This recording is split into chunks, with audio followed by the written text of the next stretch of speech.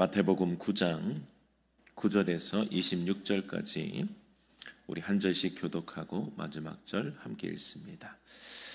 예수께서 그곳을 떠나 지나가시다가 마태라 하는 사람이 세간에 앉아 있는 것을 보시고 이르시되 나를 따르라 하시니 일어나 따르니라. 예수께서 마태의 집에서 앉아 음식을 잡수실 때에 많은 세리와 죄인들이 와서 예수와 그의 제자들과 함께 앉았더니 바리새인들이 보고 그의 제자들에게 이르되 어찌하여 너희 선생은 세리와 죄인들과 함께 잡수시느냐. 예수께서 들으시고 이르시되 건강한 자에게는 의사가 쓸데없고 병든 자에게라야 쓸데있느니라. 너희는 가서 내가 긍휼을 원하고 제사를 원하지 아니하노라 하신 뜻이 무엇인지 배우라. 나는 의인을 부르러 온 것이 아니요 죄인을 부르러 왔노라 하시니라. 그때에 요한의 제자들이 예수께 나와 이르되 우리와 바리새인들은 금식하는데 어찌하여 당신의 제자들은 금식하지 아니하나이까.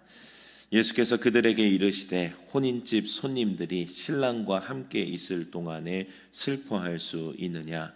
그러나 신랑을 빼앗길 날이 이르리니 그때에는 금식할 것이니라.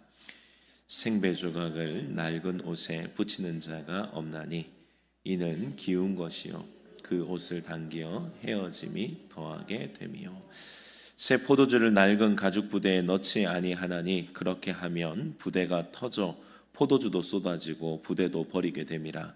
새 포도주는 새 부대에 넣어야 둘이 다 보존되느니라. 예수께서 이 말씀을 하실 때에 한 관리가 와서 절하며 이르되 내 딸이 방금 죽었사오나 오셔서 그 몸에 손을 얹어 주소서. 그러면 살아나겠나이다 하니 예수께서 일어나 따라가심에 제자들도 가더니 12의 동안이나 혈루증으로 앓는 여자가 예수의 뒤로 와서 그 겉옷가를 만지니 이는 제 마음에 그 겉옷만 만져도 구원을 받겠다 함이라. 예수께서 돌이켜 그를 보시며 이르시되 딸아 안심하라 내 믿음이 너를 구원하였다 하시니 여자가 즉시 구원을 받으니라. 예수께서 그 관리의 집에 가사 피리 부는 자들과 떠드는 무리를 보시고 이르시되 물러가라 이 소녀가 죽은 것이 아니라 잔다 하시니 그들이 비웃더라. 무리를 내보낸 후에 예수께서 들어가사 소녀의 손을 잡으심에 일어나는지라. 그 소문이 그 온 땅에 퍼지더라. 아멘. 예수님 믿지 않는 사람들이 큰 결단을 하고 교회를 다니기 시작할 때에 몇 번의 위기를 만나게 되어 있어요. 물론 처음부터 주님이 막 강하게 임재하셔서 막 주님이 증거 보여주시고 막 은혜와 능력을 주신 뭐 그런 분들은 제외이지만 그런 분들이 아니라 의지로 이제 주님을 믿어야겠다라고 결단하고 주님 앞에 나오는 분들, 그런 분들은 아직까지 믿음에 대한 예수 그리스도를 향한 믿음을 무엇인지 잘 모르잖아요. 그래서 그런 분들이 이제 막 성장하고 교회 안에서 이제 예배를 드릴 때에 몇 번의 위기가 와요. 그 중에 가장 강력한 위기 중에 하나는 교회 안에 있는 사람들의 연약함을 발견할 때입니다. 예수 믿는 사람들이 왜 저러나, 교회가 정말 거룩한 곳이 맞는가, 예수 믿는 사람들이라면 달라야 되지 않나, 이런 생각이 또 들어올 때, 그럴 때 또 시험에 들게 됩니다. 이 실망은 충분히 공감이 되죠. 이 실망은 충분히 우리도 이해가 됩니다. 실제로 교회 안에 죄와 연약함을 가볍게 넘겨서는 안 됩니다. 우리가 어찌하든지 어쨌든 간에 죄는 죄이고 안 되는 것은 안 되는 것이죠. 그래서 회개할 부분들은 철저히 회개해야 하고 책임져야 할 부분들은 또 책임을 져야 합니다. 그런데 동시에 우리가 기억할 것이 있습니다. 동시에 교회는 완전한 곳이 아니라는 거예요. 교회는 완전한 사람들이 모여서 변화된 사람들만 모이는 것이 아니라 변화될 사람들, 변화되어져 가는 과정에 있는 사람들도 모이는 것이 교회이기 때문이에요. 그래서 예수님의 긍휼 안에서 완벽한 자들이 아니라 그저 되어져 가는 사람들, 회복되어져 가는 죄인들이 모이는 곳이라는 사실입니다. 목회 경험이 좀 오래되신 목사님께서 저에게 그런 말씀을 하셨는데 제가 이게 참 오랫동안 기억에 남더라고요. 어떤 말씀이었냐면 외양간을 가장 깨끗하게 유지하는 방법은 소가 없는 것이라고 말씀하시더라고요. 외양간에 소가 없으면 아무 문제가 없습니다. 가장 깨끗하게 유지하는 방법이에요. 냄새도 안 나고요, 오물도 없고요, 치울 일도 없습니다. 그런데 여러분들 소가 없는 외양간을 상상해 보셨습니까? 그 외양간은 존재 이유가 사실 없어요. 소가 없는 외양간은 더 이상 외양간으로서의 목적을 잃어버린다고요. 이유가 없는 거예요. 여러분들 교회가 그렇다는 거예요. 그래서 제가 그 이야기를 듣고 참 목회에 대한 부분들을 또 고민하고 또 배우게 됐어요. 이제 목사님들의 또 목회를 하다 보면 여러 가지 고민들이 있지 않겠습니까? 근데 그 말이 참 위로가 되더라고요. 외양간이 있는 이유는 외양간이 더러워지는 이유는 소가 있기 때문이다. 우리가 목회를 하면서 때로는 안타깝고 속상하고 하는 이유도 교회가 원래 그런 자들이 모이는 곳이기 때문에 너무 당연하다는 이야기였어요. 교회에 사람이 없으면 문제가 없겠죠, 여러분. 문제 되는 사람들 만약에 다 잘라내기 시작한다면 여러분 문제가 없을 수 있어요. 문제 다 제거죠, 제거. 문제를 다 제거해버리고 막 내쫓고 막 내보내버리면. 근데 여러분들 그렇게 되면요, 교회는 교회의 기능을 못하는 거예요. 교회는 그럴 수가 없어요. 상처 줄 사람도 없고 실망할 일도 없고 갈등할 일도 없죠. 그러나 그것은 더 이상 교회가 아니라는 이야기예요. 교회는 사람들이 모여야 돼요. 일단 연약하든 어찌됐건 모여야 된다고요. 그리고 그 안에서 주님의 말씀 안에서 하나님의 은혜 안에서 씨름하는 거예요. 되어져 가는 것이고 안 될지라도 그 안에서 버티는 것, 그것이 사실은 교회 공동체가 맞다고요. 완성된 사람이 아니라 죄와 연약함 가운데 은혜로 변화되어져 가는 사람들의 공동체입니다. 그러므로 교회 안에 연약함이 있다는 그 사실은 조금도 이상한 것이 아닙니다. 외양간이 더럽혀지는 것, 소가 그곳에 살기 때문에 어쩔 수 없음을 인정해야 한다고요. 아마도 외양간 주인의 시선은 그러지 않을까요? 외양간 주인은 하루 아침에 일어나서 이렇게 외양간에 들어갔을 때 더러운 거 보겠어요? 그거 사실 당연한 거거든요. 밤 동안에 소들이 또 더럽히고 이렇게 하는 거 당연한 거잖아요. 그래서 외양간 주인의 시선은 아마 더러움에 머무르지 않을 거예요. 그것은 익숙하고 당연하기 때문이에요. 뭐에 머무를까요? 아마도 외양간 주인의 시선은 소에게 있지 않을까요? 소가 하루 동안 건강했는지, 별일이 없었는지, 일이나 나쁜 짐승들이 오지 않았는지, 그런 것들을 사실은 보게 될 겁니다. 건강한지 불편한 것이 없는지 소에게 관심을 두고 시선을 둘 거라고요. 지나가는 사람들은 냄새와 오물을 보고 고개를 돌릴 수 있지만 외양간 주인의 시선은 그렇지 않다는 거예요. 여러분들 성경을 보면 예수님의 시선도 동일했습니다. 예수님의 시선도 보면 사람들이 고개를 돌리는 그 곳에 오히려 주님은 거기에 시선을 두시는 거예요. 오늘 마태복음 9장이 예수님의 그러한 시선을 세 장면으로 보여줍니다. 엄밀히 말하면 또 마지막 장면 안에는 두 가지의 이야기가 있으니까 네 장면이라고도 볼 수 있는데 오늘 9장에서는 그 주님의 시선을 좀 따라갈 수가 있어요. 이 세 장면 모두 동일한 한 가지를 드러냅니다. 주님이 우리가 보는 것과는 달랐다는 거예요. 우리가 바라보고 우리가 평가했던 우리의 기준과 우리의 시선과는 주님의 시선과는 너무 달랐다는 거예요. 그래서 주님께서 그 시선으로 우리를 회복해 주시는 것을 볼 수가 있습니다. 우리 첫 번째 장면을 보시면요, 예수님께서 세리마태를 부르시는 장면입니다. 세리예요, 세리. 여러분들 예수님 당시 세리는요, 지금 로마의 그 압제하에 있는 이스라엘 민족이거든요. 그러니까 이 세리들은 어떤 일을 하냐면 동족들의 세금을 걷어서 로마에 바치는 일을 해요. 그것도 정직하게 바치는 일들은 그렇게 많지는 않았습니다. 보통 조금 더 걷어서 자기도 챙기고 이런 일들을 사실 세리들이 했다고요. 그래서 유대 사회에서는요, 죄인의 대표처럼 여겼어요. 누가 죄인이냐라고 했을 때 세리가 손꼽히는 죄인 중에 한 명이었다고요. 그러니까 대표적인 죄인의 직업군이었죠. 그래서 사람들은 그들을 멀리해야 된다고 생각하는 거예요. 왜냐? 죄인이니까. 죄인이기 때문에 율법을 기준으로, 정결법을 기준으로 볼 때 부정한 것을 가까이 하면 나도 같이 부정해진다라고 생각하는 거예요. 그러니까 그들은 세리와 죄인들을 멀리했다고요. 내가 부정해질까 봐, 내가 그거 뭐 이렇게 옆에 부정함이 옮을까 봐, 자기 나름대로 거룩함을 지키기 위한 열심이었어요. 그러나 예수님은 정반대로 행동을 하셨죠. 완전 반대였습니다. 사람들이 손가락질하는 그 죄인들에게 오히려 다가가시는 거예요. 그리고 세리마태에게는 나를 따르라고 말씀하시는 거예요. 가장 더럽고 멀리해야 될 그 사람, 주님은 오히려 그를 가장 가까이 두시는 겁니다. 마태에게 가까이 가셨고 그의 집 식탁에 앉으셨고 뭐 세리 마태와 함께하는 사람 다 뭐 죄인들끼리 모여 있었겠죠. 그 죄인들이 또 식탁에 같이 둘러 앉아서 주님과 교제하며 먹고 있는 장면이 지금 등장하는 거예요. 바리새인들이 그걸 보고요 이해를 못하는 거예요. 왜 저분은 부정하게, 왜 죄인들과 함께하며 자신의 거룩함을 더럽히는가, 그렇게 봤다고 예수님을 볼 때에. 그래서 바리새인들이 제자들에게 물어요. 너희 선생님은 왜 죄인들과 함께 먹느냐? 그래도 되느냐? 이렇게 따져 묻는 거예요. 그들의 기준은 뭐예요? 그들의 경건의 기준은, 자신들이 가지고 있는 경건의 기준은 그들을 죄인으로 정죄하고 나는 깨끗하다라고 분명히 선언하는 거예요. 그리고 난 다음에 그들을 멀리하는 것이 거룩이라고 그들은 여기고 있는 겁니다. 그들의 기준이에요. 그런데 예수님은 그들과 전혀 다른 기준을 가지고 계신 거예요.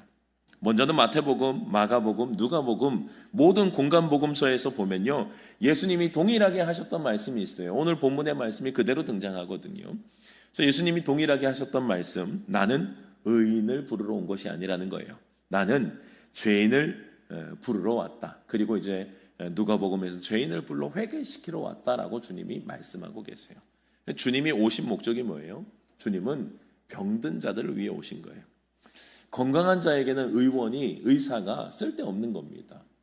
건강한데 뭐하러 필요해요?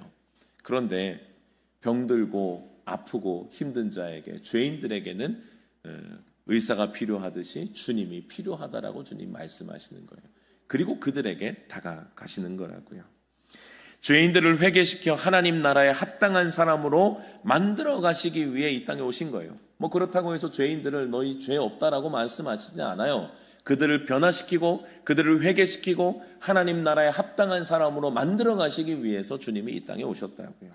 이 목적을 위해서 죄 많고 더러운 이 땅에 친히 성육신 하셨다고요. 더러운 이곳에, 더러운 이 세상에 주님이 오신 이유, 예수님께서 이곳에 더러운 우리들, 연약한 우리들을 만나기 위해서 오셨다는 거예요. 그것이 주님의 성육신입니다. 여러분들 예수님이 계시던 뭐 하늘나라 천국, 그분의 거룩한 신성을 생각하면요 이 인간 세계는 이 더럽고 죄 많고 사람들이 이해할 수 없는 이 세상, 주님이 오실 이유가 없어요. 그러나 주님은 오시는 거예요. 왜요? 그들을 구원하기 위해서 직접 이 땅에 성육신하는 거예요. 육신을 입고 이 땅에 오시는 거예요. 그래서 여러분들 우리도 어디를 향해야 돼요? 우리도 변화산에 머물며 거룩하고 신성한 우리들의 뭐 그룹을 만들어야겠어요? 여러분들 그렇게 하면 실수하는 거예요. 교회는 그런 곳이 아니에요. 믿음의 사람은 그래서는 안 되는 거예요. 믿음의 사람은 변화산에 머무르며 거룩하고 뭐 아름다운 곳을 보며 황홀경에 빠져 있는 자들이 아니라 어둡고 눈물 나고 또 넘어지고 또 아픈 세상 가운데 내려가는 사람들이에요. 그것이 주님의 마음이었고 그것이 우리에게 준 사명이라고요. 예수님은 사람들이 멀리하는 세리마태를 오히려 가장 가까이 부르셨다는 거예요. 예수님 곁에 두시는 거예요. 그리고 그에게 가르치시고 변화시키시고 하나님의 나라를 향해 걸어갈 수 있도록 하시는 겁니다. 이것이 예수님께서 죄를 가벼이 여기셨기 때문이 아니시죠. 예수님은 분명히 죄인을 부르고 회복시키고 새 생명으로 이끄실 주님의 목적 자체가 그러했기 때문에 주님은 그 일을 위해 이 땅에 오셨다고요. 사람들은 지금 세리 마태의 모습을 보고 정죄하죠. 그들은 연약하고 뭐 나는 거룩해 보이고 그들은 죄인처럼 보였다고요. 그런데 여러분, 주님의 시선은 어디 있습니까? 주님의 시선은 거기에 있지 않는 거예요. 예수님은 그가 회개하고 변화될 모습을 보셨다고요. 주님의 그 기대대로 마태는요 변화되었어요.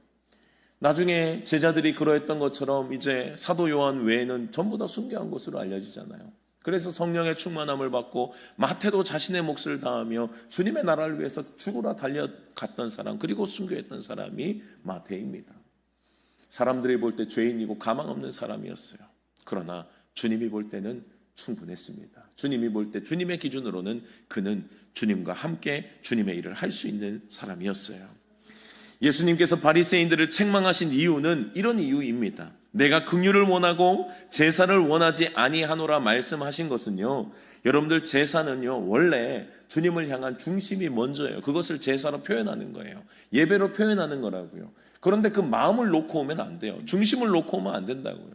그래서 주님이 때로는 이스라엘 백성들이 껍데기만 남아있을 때 막 제사하는 행위, 절기 지키는 행위, 예물 드리는 행위만 남아있을 때 그들에게 분명히 선언하시는 거예요. 가져오지 말라고, 하지 말라고, 아무것도 하지 말라고 이야기하세요. 왜요? 중심 없는 예배를 주님 받으실 수 없는 거예요. 아무것도 가져오지 말라고. 절기 지키지 마라. 내가 미워한다. 재물 가져오지 마라. 나 그거 싫다. 주님이 이야기하셨다. 아모스서 이런 데 보면요, 주님께서 다 싫다고 말씀하세요. 절기도 싫고 예배도 싫고 재물도 싫고 다 싫다고, 가져오지 말라고. 왜요? 주님이 진짜 그것이 싫었어요? 아니요. 중심이 없기 때문에 싫으신 거예요. 그러니까 여러분들 중심을 잃은 모든 것들은 주님이 받을 수 없다고요. 주님이 받으실 수 없는 거예요. 제사하는 행위가 전부가 아니라 그 안에 하나님의 마음이 있는 것이 중요하다는 말씀이거든요. 그러니 자신들은 거룩하다고 생각하면서 죄인들과 거리를 두는 것이 마치 거룩인 것처럼 착각하고 있는 그들에게 주신 주님의 중심이에요. 주님의 마음이었다고요. 너희들은 왜 그들을 향해서 끌어안고 울지 못하냐고 주님은 말씀하고 있는 거예요. 그것을 잘라내고 그들과 따로 사는 것이 거룩이 아니라 그들을 품어내고 사랑하고 눈물 흘리고 함께 거룩을 향해 가는 것이, 그게 진짜 거룩이 아니냐는 거예요. 그런데 이들은 어떤 거룩을 해요? 잘라내는 거룩이에요. 뭐 더럽히지 않으려고, 외양간에 소 안 집어넣으려고. 그러면 그것이 무슨 의미가 있어요? 주님의 말씀을 가진 자들은, 그 주님의 중심은 뭐라고요? 연약한 자들, 어두운 자들, 주님께서 세상이 볼 때 가망 없는 자들, 그들을 위해서 주님이 가셨다니까요. 여러분들이 이 주님의 시선을 놓치면요, 우리 실수 정말 많이 하게 됩니다. 주님의 시선을 가지셔야 돼요. 잘라내는 것, 죄인들과 거리를 두는 것, 그들이 생각했던 거룩은 거룩이 아니라고요. 진짜 거룩은 그들이 회개할 수 있도록 품어내는 것, 그게 진짜 거룩이었다고요. 여러분들 교회는 거룩해야 되죠. 교회는 거룩해야 됩니다. 그러나 죄인을 배제해서 됩니까? 교회에 막 누구든지 들어올 수 없는 교회가 되면 되겠어요? 안 되는 거예요. 죄를 방치하지도 않지만 죄인을 포기하지도 않아요. 그것이 우리의 교회 공동체의 역할이라고. 그래서 교회는 언제나 준비가 되어 있어야 돼요. 연약한 자, 아픈 자, 세상에서 상처받고 환난당한 그런 자들을 받을 준비를 하고 있어야 된다고. 뾰족뾰족한 자들, 들어오면 우리 공동체가 불편해지는 그런 사람들, 그럼에도 불구하고 여러분, 그들을 우리는 준비하고 있어야 된다고요.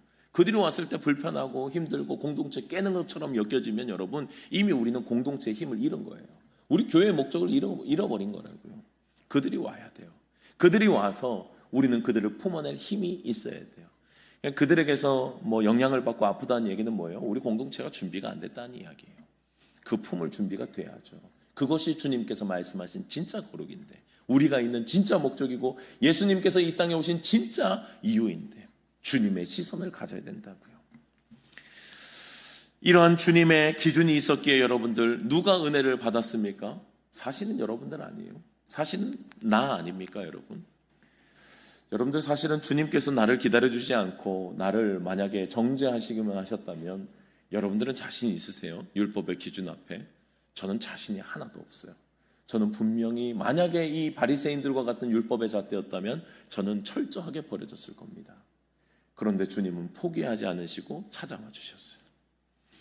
뭐 제가 몇 번 말씀드렸습니다만 그랬어요. 저희 아버지는 또 아버지에게서 죄송한데 저를 희망 없는 사람으로 봤어요. 희망 없는 사람. 근데 그때 우리 전도사님이 그때 이야기를 하셨거든요. 그때 제 옆에 있었던 이제 전도사님께서 집사님 그런 말씀하지 마시라고. 이런 애가 은혜 받으면 더 무섭다고. 저는 그게요 20년 뭐 30년 정도 됐거든요. 그 말이 생생해요. 생생해요. 그때 제가 그런 생각을 했던 것 같아요. 정말 내가 은혜 받으면 무서운 사람 될 수 있을까? 뭐 그분의 표현대로라면 내가 은혜 받으면 정말 무서운 사람 될 수 있을까? 여러분들 포기하지 않고 주님이 붙잡으시면 가능합니다. 제가 뭐 부족하지만 그럼에도 불구하고 주님의 은혜를 받은 사람으로서 제가 주의 종으로 이렇게 걸어갈 수 있는 것도 주님이 저를 기다려 주셨기 때문이에요. 만약에 저를 정죄하고 포기하셨다면 지금의 저는 없을 겁니다. 여러분들 모두가 이런 은혜 받은 자 아닙니까? 주님이 포기하지 않고 기다려주셨기 때문에 우리는 자격 없는 자입니다. 그러나 오늘도 우리를 부르시고 회개시켜 다시 하나님의 나라를 보게 하셨음을 여러분들 잊지 마시길 바랍니다. 나도 자격이 없는데 누구를 정죄합니까? 잘라내는 거 거룩이에요? 그거 거룩 아니에요. 주님은 그들을 품어내기를 원하시고 계신다고요. 내 생각의 거룩의 틀을 깨고 오늘도 우리를 부르시는 그 주님의 음성 앞에 반응할 수 있는 저와 여러분들이 되기를 주님의 이름으로 축복합니다. 그 부르심에 반응할 때 어때요? 지금 나의 모습과 상상할 수 없는 주님의 그림이 내 인생에 그려지기 시작하는 거예요. 내가 생각할 때 내 그림은 초라할 수 있지만요, 주님이 그리시는 그림은 위대해요. 세리마태는 순교로 자신의 인생을 끝낸다니까요. 위대한 축복의 인생이 그의 삶의 시작이 되는 겁니다. 오늘 마태를 부르시는 본문에 이어서 요한의 제자들이 예수님께 질문하는 장면이 등장해요. 질문은 다릅니다만 사실 앞에 바리새인들이 제자들에게 했던 질문과 비슷한 유형의 질문이에요. 뭐냐면 앞에 바리새인들이 뭐라고 물었습니까? 죄인들과 왜 잡수시느냐? 제자들에게 그렇게 예수님의 제자들에게 따져 물었죠. 왜 예수님은 제자들과 먹냐? 이것을 죄인들과 먹냐? 이것을 질문했다고요. 근데 요한의 제자들의 질문은요. 두 번째 질문은 우리와 바리새인들은 금식하는데, 여기서 또 요한의 제자들과 또 바리새인들의 또 경건의 또 이제 좋은 모습을 또 이야기를 해요. 우리와 바리새인들은 금식하는데 너희는 왜 금식하지 않냐? 예수님의 제자들은 왜 금식하지 않냐라고 묻는 거예요. 첫 번째 질문이 누구와 먹는가, 왜 죄인들과 먹는가에 대한 질문이라면, 두 번째 요한의 제자들의 질문은 왜 안 먹어야 될 때에 먹습니까? 라고 하는 거예요. 먹는 때에 대한 질문인 거예요. 왜 안 먹어야 될 때인데 먹습니까? 라고 질문하는 거예요. 요한의 제자들도 자신들의 금식의 때에 대한 기준을 자신들이 가지고 있는 거예요. 왜냐하면 이것이 사실 율법의 전통이기도 했거든요. 물론 이제 금식은 이제 애통할 때 또 하나님을 향해 나아갈 때 인간이 할 수 있는 가장 간절한 또 몸부림의 표현 중에 하나였습니다. 근데 이것이 이제 이스라엘의 역사 가운데서 이제 그들이 망하고 성전이 무너지고 이런 과정을 겪게 되면서 그들에게는 이것이 이제 금식이 전통처럼 이제 그들에게 경건 생활로 내려오게 되는 거예요. 그래서 예수님 당시에도 보면요, 거룩한 자들, 경건한 자들의 중요한 경건 실천 중 하나는 금식하는 거였어요. 그런데 예수님의 제자들은 금식을 안 하는 겁니다. 그들의 생각은 뭐예요? 하나님을 경외하는 사람이라면, 말씀을 따라가는 사람이라면 금식해야 되지 않냐라고 하는 거예요. 그 행위에 집중하고 있다고요. 그런데 그 질문을 들으신 예수님은 금식이 잘못된 것이 아니라 때가 어느 때인지를 분명하게 구분할 수 있어야 된다라고 말씀하는 거예요. 그들이 생각하는 때는 뭐예요? 지금 금식해야 될 때 아닌가? 지금 이렇게 경건의 모습을 보여야 될 때가 아닌가라고 이야기를 하는데, 주님의 기준은 다른 거예요. 주님의 기준은 뭡니까? 지금 혼인집에 신랑이 있을 때, 신랑과 함께 있을 때에는 누가 금식하느냐는 거예요. 여러분들 혼인집에 가서 금식하며 초췌하게 있는 사람은 그 자리에서 신뢰되는 사람이에요. 뭐예요? 그 자리는 축제의 자리라고요. 그 자리는 잔치집이에요. 그 자리에서 함께 즐기고 먹고 마시고 즐거워하는 것이 예의이고 그것이 기쁨이고, 그 축제의 자리에서는 그 표현을, 그 감격을 그렇게 살아가는 것이 옳다고요. 지금 예수님이 말씀하시는 그때, 금식해야 될 때가 아니라 지금 먹고 마시며 즐거워해야 될 때라고 좀 말씀하세요. 왜요? 기다리던 메시아가 오셨거든요. 예수님이 오셨거든요. 하나님 나라의 장치가 이미 시작되었거든요. 슬픔의 때가 아니고 금식의 때가 아닙니다. 신랑과 함께하는 기쁨의 때예요. 그런데 이들은 아직도 그것을 깨닫지 못하는 거예요. 지금도 여전히 울며 금식해야 될 때로 보는 거예요. 주님, 우리의 망한 것, 우리의 연약함들, 그것을 가지고 애통하며 주님 앞에 있는 거예요. 잘못된 건 아니지만 그러나 그 때가 아니라고 주님께서 지적해 주시는 거예요. 주님의 때가 있다고요. 여러분들, 이것은 단지 금식에 대한 이야기만이 아닙니다. 여러분들, 우리의 삶의 기준들, 내 기준으로 해석하려는 경향이 얼마나 많아요.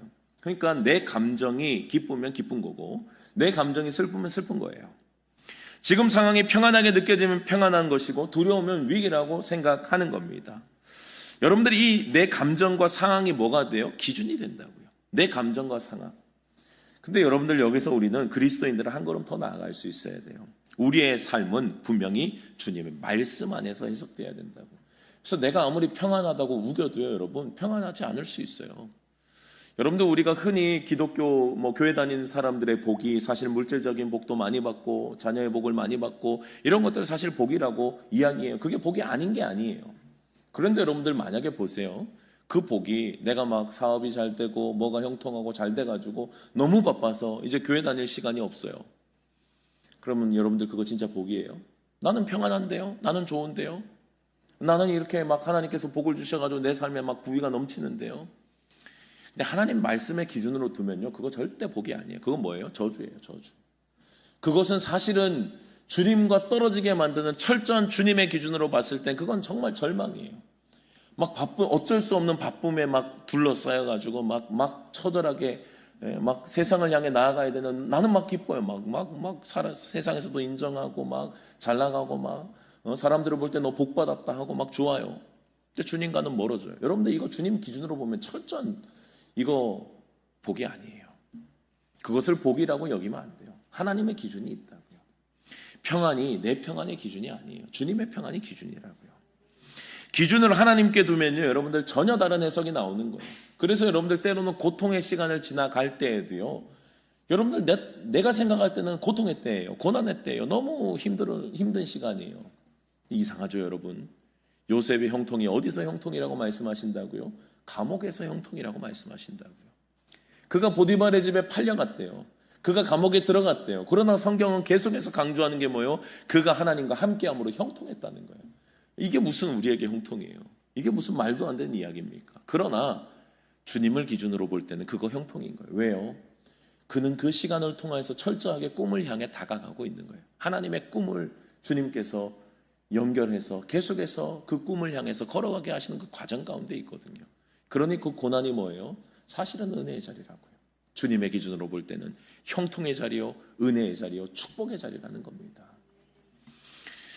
예수님이 새 포도주는 새 가죽 부대에 넣으라고 말씀을 하세요. 그래야 둘 다 보존이 된대요. 여러분들 그리스도의 삶은요, 지금까지 걸어왔던 것처럼 낡은 세상의 기준으로 우리의 삶을 평가하면 안 돼요. 그것은 맞지 않는 삶이에요. 예수님의 기준 안에서 우리는 분명히 놀라운 은혜와 평안을 누리는 삶을 살아가야 될 줄로 믿습니다. 기준을 누구에게 둬요? 주님께 두는 거예요. 내 기준을 두면요, 망하고 잘되고 흥하고 이 모든 것들은 내 생각의 기준이 되면 안 돼요. 주님의 말씀을 기준으로 걸어가야 된다고요. 주님의 말씀의 기준으로 걸어가게 될 때 여러분, 주님의 기준 안에서 우리가 누리는 진짜 축복이 있어요. 정말 평안이 있다고요. 정말 기쁨이 있다고요. 오늘 말씀 마지막 본문에 보면요, 예수님의 기준을 선택하는 자들이 누리는 놀라운 축복에 대해서 소개하고 있어요. 이 기준을 가지고 살아간 사람들, 이 기준을 말로만 아니라 삶에서 표현했을 때 어떤 역사가 일어났나. 오늘 이제 마지막에는 이제 두 가지 이야기가 같이 끼어 있는데 18절 이하를 보시면요, 관리의 아이를 살리는 본문이 등장을 합니다. 그리고 그 중간에 12해를 앓던 혈루병의 여인이 낫는 장면이 등장을 해요. 여러분들이 이들 모두 인간의 기준으로 보면요, 끝난 자리에 있어요. 사람의 생각으로 볼 때 끝냈어요. 망했어요. 여러분들 지금 이들에게 가장 큰 축복은 무엇입니까? 망하고 끝난 그 자리에서 내 기준을 두고 끝났습니다가 아니라 그 기준을 자꾸 주님께 옮기는 거예요. 그 기준을 주님 앞에 의탁하는 거예요. 그럴 때 어때요? 놀라운 역사들이 일어나는 것입니다. 예수님을 선택하면 전혀 다른 결말을 맞이하게 되는 것을 오늘 이야기가 분명히 말씀하고 있다고요. 18절의 말씀을 한번 보십시오. 한 관리가 절하며 이르되 내 딸이 방금 죽었사오나 라고 말씀합니다. 여러분들이 여기서 이미 관리도 알아요. 뭐예요? 죽었대요. 이미 끝났대요. 죽음은 인간 세계에서 죽음은 끝이라고요. 죽었으면 끝났죠. 죽었으면 이미 해볼 방법 다 해봤으니 죽은 거 아니겠어요, 여러분? 관리도 알고 있는 사실, 딸이 이미 죽었다는 거예요. 끝났습니다. 인간의 시선에서 더 이상 할 것이 없어요. 그런데 이 관리의 고백이 놀랍습니다. 그 뒤에 뭐라고 이야기를 해요? 그 몸에 손을 얹어 주소서, 그러면 살아나겠나이다. 여러분들 여기서 지금 말도 안 되는 이야기를 하고 있는 거예요. 인간의 기준으로는 모든 것이 끝난 상황이에요. 근데 이 관리의 놀라운 믿음이요, 주님의 기준으로 바꾸면 살겠다는 거예요. 내 기준, 우리의 기준으로는 지금 끝난 게 맞습니다. 그런데 주님의 기준 주님께서 오셔서 좀 주님의 시선으로, 주님의 기준으로 내 딸을 좀 만져주십시오. 그러면 살겠습니다라고 고백하는 거예요. 분명 모든 것이 끝난 상황인데 예수님께 무릎을 꿇고 간청합니다. 인간의 기준이 아니라 누구의 기준이냐? 예수님의 기준을 선택하는 거예요. 관리의 딸을 고치신 이야기는요, 중간에 하나의 이야기가 더 삽입이 되어 있어요. 가는 길에 12의 혈루증 앓는 여인의 이야기가 등장해요. 여러분들 12년입니다. 12년. 12년 동안 이 병 하나를 어떻게 해보려고 얼마나 많은 노력을 했겠어요. 이 혈루증의 여인이 12년이라는 것은요, 여러분, 인간의 생각과 인간의 방법으로 해볼 거 다 해봤다는 시간이에요. 이 12년의 시간은 인간의 모든 방법을 동원했을 때 안 됐다는 거예요. 할 수 있는 거 모든 거 다 해봤습니다. 그런데 방법이 없어요. 이렇게 살다가 죽을 운명인 거예요. 그런데요, 놀랍게도 이 여인도 기준을 누구에게 옮기냐면 주님께 기준을 옮기는 거예요. 나는 할 것이 다 해봤는데도 안 됐잖아요. 그러니 주님 앞에 가면 무언가 방법이 나겠다라는 이 주님의 기준으로 바꾸는 역사적인 은혜가 그들에게 이 혈루증 여인에게 있었던 거예요. 그래서 그 여인이 예수님께로 다가갑니다. 21절의 말씀을 보면요, 이 여인의 어떤 마음이었는지를 기록해요. 제 마음에 그 겉옷만 만져도 구원을 받겠다 함이라. 여러분, 이 사람의 마음은요, 지금까지 수단과 방법 얼마나 많이 했겠어요. 효과적인 방법, 내 혈루증을 고칠 수 있는 무슨 세상의 방법이나 방법 다 동원했잖아요. 근데 여러분, 이 방법이 있어요?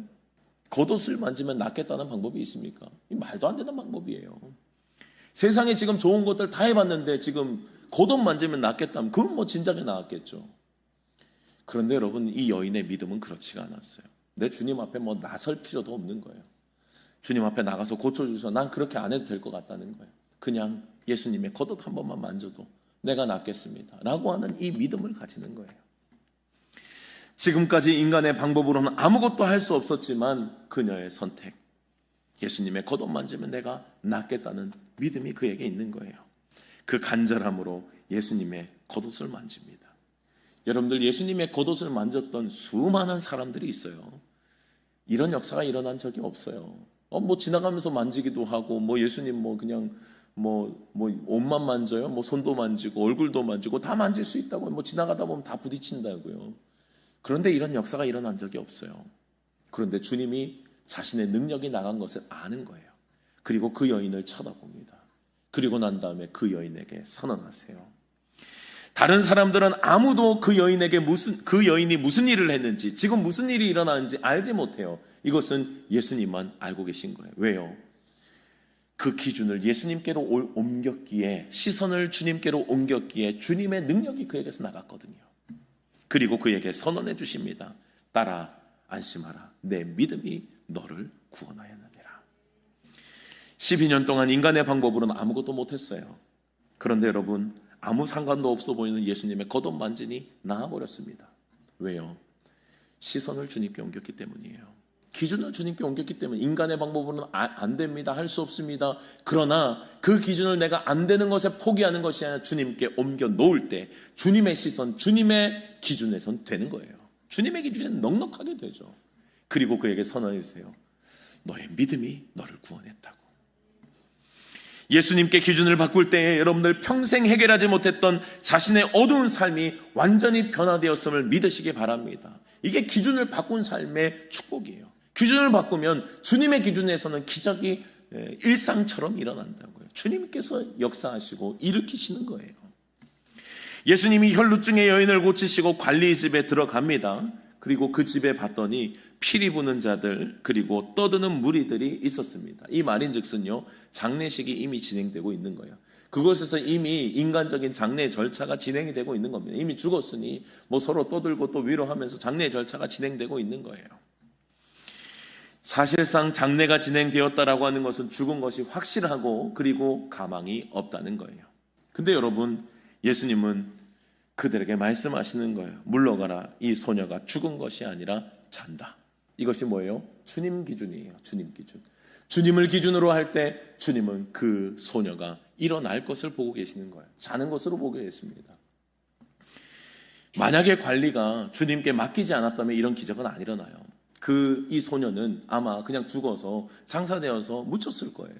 그런데 인간의 시각에서는 끝났고 인간의 기준에서는 모든 것이 끝났는데 주님께 그 기준을 열어드리니, 주님께 그 믿음을 고백하니 어떻게 돼요? 주님의 일하심과 시선 앞에 그 소녀는 살아나게 되는 거예요. 그러니까 여러분들, 이 관리 아버지의 믿음이 참 대단한 게 뭐예요? 인간의 시선에서는 모든 것이 끝난 상황에서도 주님께 나와서 주님은 안 끝났죠? 묻고 있는 거예요. 주님 안 끝났죠. 여러분들, 그래서 우리가 어떤 상황에서도 내가 끝났다고 자꾸 마침표를 찍으면 안 돼요. 내가 마침표를 찍는 순간은 끝나요. 그러면 내가 마침표를 찍지 않고 기준을 주님께 올려드리면 어떻게 돼요? 주님의 역사는 새롭게 시작이 되는 것입니다. 여러분들, 이 주님의 기준의 역사를 믿으실 수 있는 은혜가 있기를 주님의 이름으로 축원합니다. 사람들의 눈에는 아무리 죽었다고 볼지라도 주님의 눈에는 다른 눈으로 보이는, 주님의 기준은 다르다고요. 자고 있는 거예요. 일어날 겁니다. 내가 가면 일으킬 수 있는 거예요. 세상의 기준이었다면 장례를 치렀겠지만, 그러나 그 불가능을 인정하고 주님께 기준을 열어드리는 순간, 주님이 개입하시는 순간, 주님 앞에 믿음을 보이는 순간 역사는 일어나는 거예요. 사랑하는 여러분들, 우리의 기준으로 살면 불가능이 가득한 삶을 살아요. 우리의 삶에 얼마나 불가능이 많습니까? 그래서 주님이 오셨잖아요. 그래서 주님이 어둡고 할 수 없고 연약한 우리들에게 오셨음을 잊지 말아야 되는 거예요. 우리의 삶의 기준을 두면요, 여러분, 불가능, 아픔, 슬픔, 어려움, 한계 가득하다고요. 그러나 인간으로 기준으로 하면 예수님의 제자가 될 수 없는 마태는 주님께서 그를 직접 부르시고 옆에 가까이 두셨다고요. 인간을 기준으로 하면 금식하고 애통할 슬픔의 시간이지만 주님이 보실 땐 축제의 시간이었다고요. 주님이 볼 때는 기쁨의 순간이었다고요. 인간을 기준으로 하면 포기하고 절망해야 될 낙심의 순간들이에요. 그러나 주님이 바라보실 때는 어때요? 주님의 기준으로는 지금 다시 기적이 일어나고 새로운 시작의 시간이라고요. 사랑하는 여러분들, 이 기준을 바꾸는 것을 성경의 표현으로 믿음으로 하는 것입니다. 믿음이라고 말씀하시는 거예요. 오늘도 혈루증의 여인을 일으키실 때 주님이 뭐라고 고백하세요? 내 믿음이 너를 구원하였다는 거예요. 일으킨 것은 주님이 맞아요. 주님이 그를 고치셨습니다. 마태를 부르신 것도 주님이셨고요. 그리고 혈루증의 여인을 고치신 것도 주님이셨어요. 그리고 죽은 소녀를 일으킨 것도 주님이셨습니다. 그러나 여러분, 그 기준을 열어드리는 것은 나의 목숨을 잊지 마시기 바랍니다. 그 열어드리는 것을 뭐라고 한다고요? 믿음이라고 하는 거예요. 그것을 믿음이라고 하는 거예요. 기준을 주님께 올려드리는 것. 그 기준을 주님 앞에 올려드리며 나는 없습니다. 나는 안 됩니다. 나는 불가능합니다. 그러나 주님은 하실 겁니다. 여러분들, 이 믿음이 여러분들의 있기를 주님의 이름으로 축원합니다. 기준을 바꾸면 축제가 일어난다고요. 기적이 일어난다고요. 마침표를 찍으면 안 돼요. 내 기준으로 마침표를 찍기 전에, 그 전에 주님께 의지하고 주님 앞에 나아가야 되죠. 그러니 여러분들, 히브리서는 말씀하잖아요. 믿음이 없이는 주님을 기쁘시게 할 수 없는 거예요.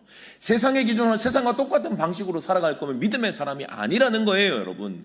믿음이라는 것은 무엇입니까? 내가 주님을 믿기 때문에 불가능한 현실 속에서도 가능성을 보는 거예요. 그 불가능 속에서도 하나님의 행하실 것을 알고 주님께 무릎을 바짝 꿇는 것이라고. 그것이 믿음의 사람의 길임을 잊지 않기를 바랍니다.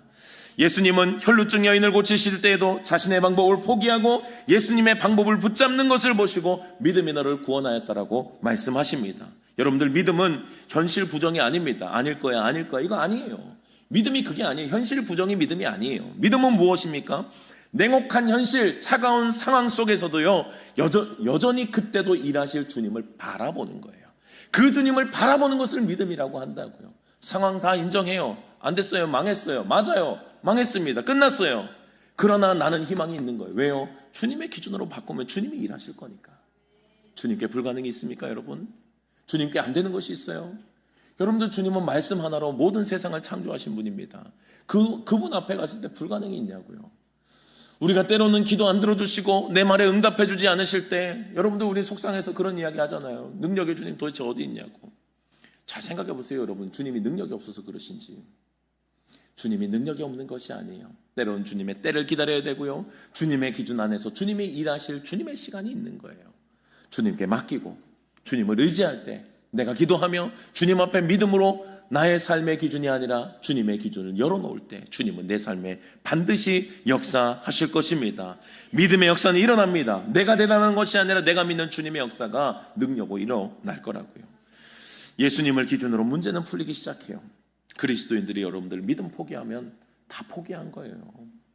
현실 속에서 세상 사람들과 똑같이 살아갈 건 믿음의 사람이 아니죠. 세상에서 끝난 거 나도 끝났고, 그럼 뭐 주님 믿는 이유가 왜 믿어요, 그러면?